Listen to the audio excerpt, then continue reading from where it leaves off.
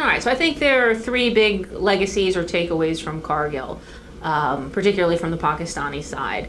So I think first, conventional efforts to get Kashmir are basically over. I think whether this will be kind of publicly admitted to or not, I think that Pakistani leaders, including probably in the military, understand that this just is not a way that they will succeed in getting Kashmir away from India.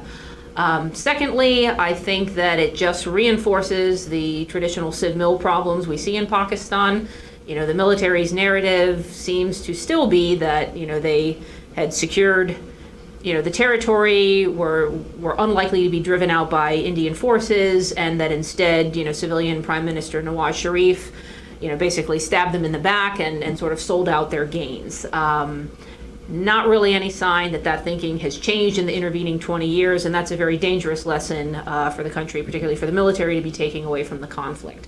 And then lastly, more broadly, Kargil is the canonical case of this idea that nuclear weapons embolden states.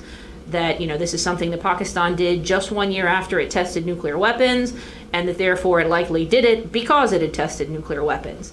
I tend not to agree with that interpretation, but it is a very popular and common one that has, given rise to a much broader argument. So we now worry about North Korea, about a possible future nuclear Iran, etc., thinking that nuclear weapons have encouraged the North Koreans to do things that they previously wouldn't do, or wouldn't have done rather, and that if Iran were to get nuclear weapons at some point in the future, that regime too would start doing extra bad stuff. So between taking the conventional option off the table for Pakistan, between reinforcing that country's pathologies when it comes to civil-military relations, and between giving birth to and really fueling this idea that nuclear weapons embolden at least weak, dissatisfied countries, I think the Kargil legacy, is huge.